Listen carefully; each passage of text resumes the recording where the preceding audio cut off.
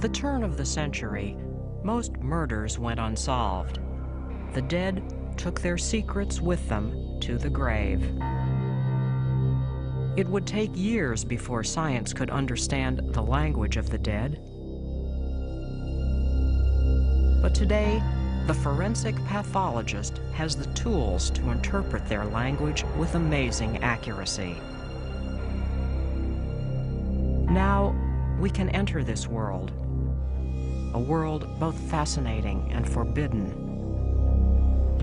It is the world of forensic pathology, a world where the dead reveal their secrets to the living through the mysteries of the autopsy.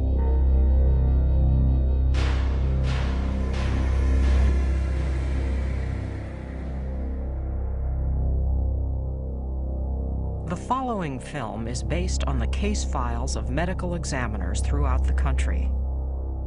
These are the stories behind some of their most provocative cases.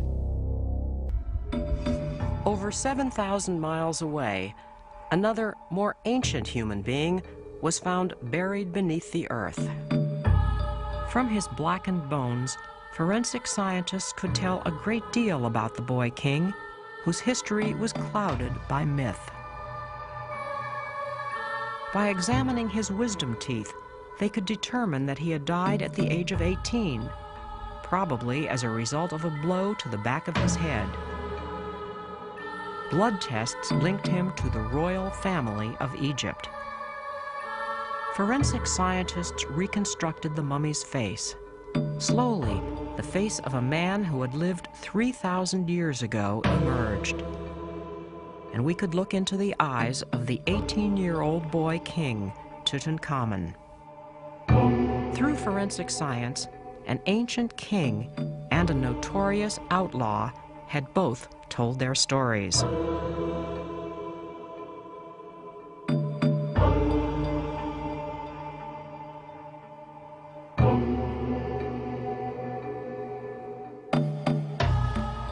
Whether death occurred yesterday or 3,000 years ago, the dead's long, silent voices return to answer the questions put to them by the forensic pathologist. For him, death is not the end of the story, but just the beginning.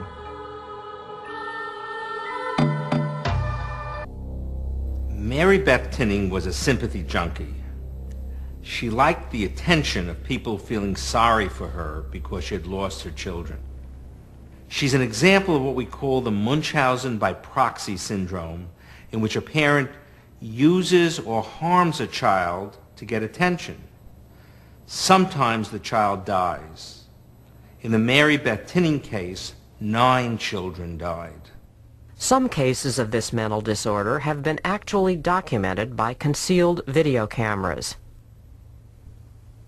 In this videotape, a father is seen sitting in a hospital room with his baby. He looks around and sees no one else is present.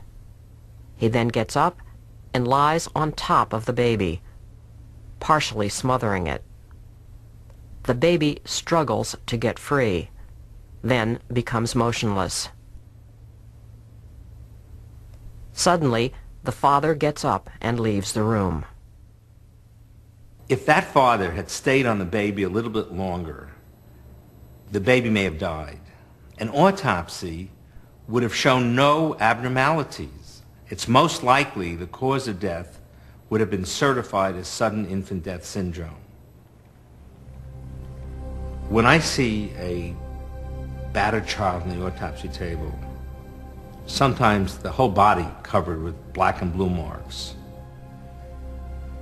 sometimes a brain injury, with indications of prior beatings over a period of time, and realize the suffering that the child had gone through, and that being on the autopsy table is the first piece the child has had.